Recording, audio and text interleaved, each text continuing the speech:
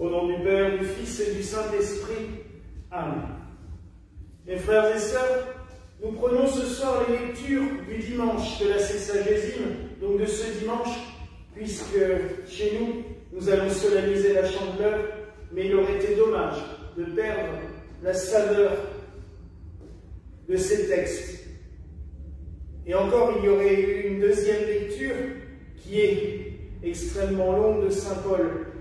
Mais déjà, le fait de voir le Christ comme un nouveau Noé est intéressant. Nous l'avons vu dimanche dernier comme le nouvel Adam, celui qui rachète la faute de l'homme primordial. Aujourd'hui, le Christ est assimilé à un nouveau Noé. Pourquoi?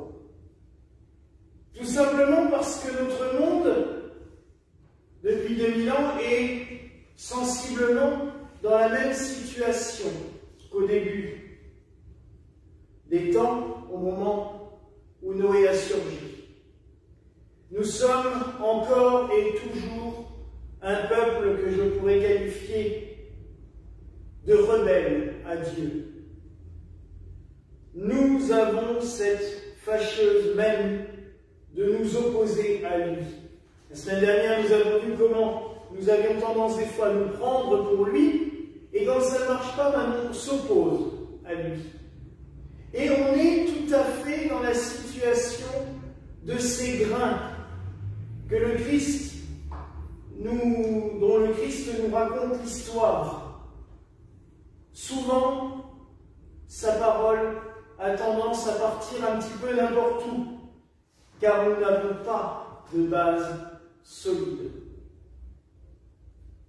Combien cet évangile à chaque fois me fait penser à la vie quotidienne du prêtre qui prêche, rencontre des gens, voit du monde, et au bout du compte, seuls très peu deviennent des fidèles assidus, pas de notre façon de faire, mais de la parole de Dieu et de la Sainte Commune.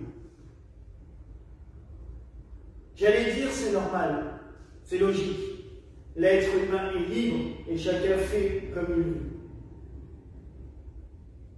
Mais là où nous pouvons aller plus loin, c'est en se souvenant de l'oraison que nous avons lue au début de cette messe, où nous demandons à Dieu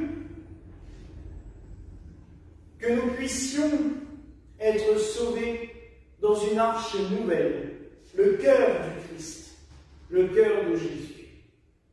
Et alors là, oui, nous pouvons vraiment être plantés dans de la bonne terre. Aujourd'hui, en plus, ça tombe bien, nous célébrons l'anniversaire de l'institution de la fête du Sacré-Cœur. C'était en 1775. Ça fait quelques siècles déjà.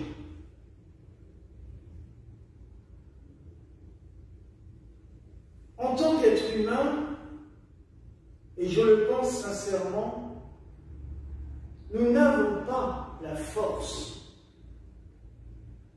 Nous n'avons pas les racines nécessaires pour que la parole de Dieu, pour que la divinité mûrisse en nous. Mais nous avons la grâce de Dieu. Nous avons sa protection, nous avons sa bénédiction. Et il nous a ouvert son cœur, justement, pour que nous puissions nous réfugier à l'intérieur, comme dans une arche pour nous sauver du déluge. Et là, à l'heure actuelle, quand nous recevons la parole de Dieu, si nous savons que nous ne sommes pas une terre fertile, à nous de nous réfugier dans le cœur du Christ, pour nous dire, en cas de catastrophe, en cas de pépin,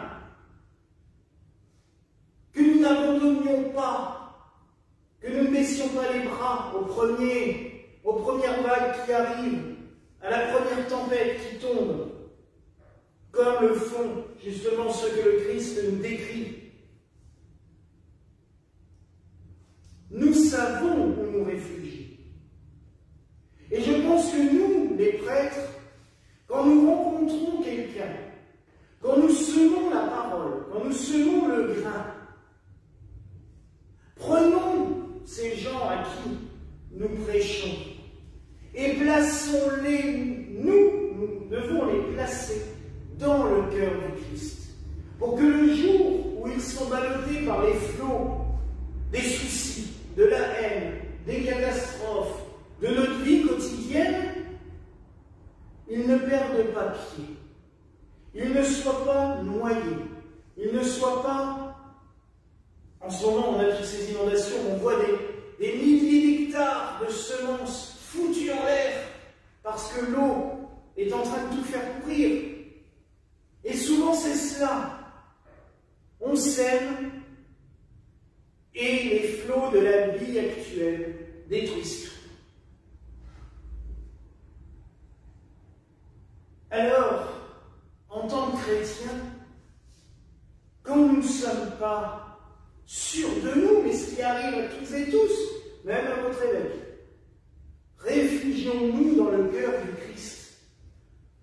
La nouvelle arche, le Christ, c'est le nouveau Noé.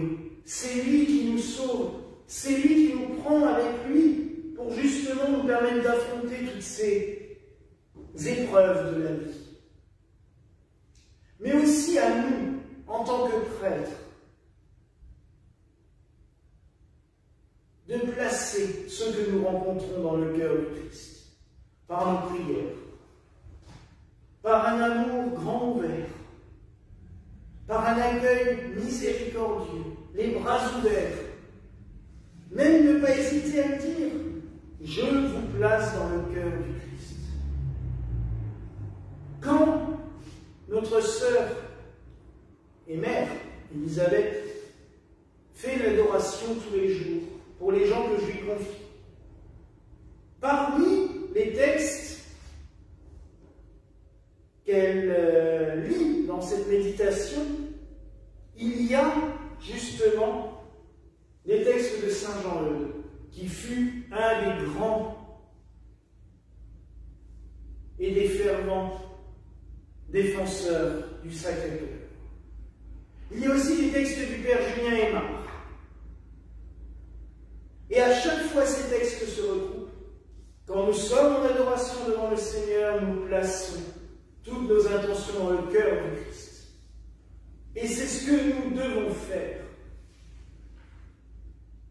Alors mes frères et sœurs, les religieux qui me regardent, mais aussi les fidèles, placez-vous dans l'arche sainte du cœur de Jésus. Quand cela ne va pas, quand vous vous sentez ballotté, dites tout simplement, Seigneur, prends-moi avec toi, ouvre-moi ton cœur, que je puisse me réfugier dedans.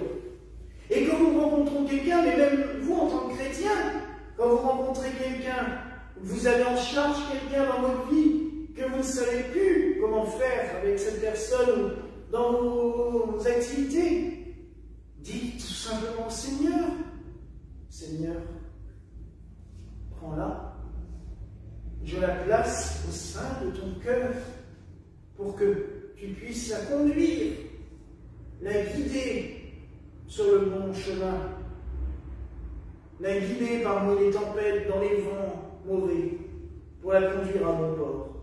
Alors, mes frères et sœurs, plaçons-nous sous la conduite de Jésus-Christ, notre Sauveur, le nouveau Noé. Laissons-nous guider par lui. Laissons-nous porter dans son cœur aimant, dans son cœur grand ouvert, pour que nous affrontions les flots impétueux de la vie d'une manière sereine, dans la paix, la sérénité et l'amour. Voilà la grâce que je nous souhaite en ce soir au nom du Père, du Fils et du Saint-Esprit. Amen. Et que la paix du Seigneur soit toujours avec vous. Et avec ton esprit.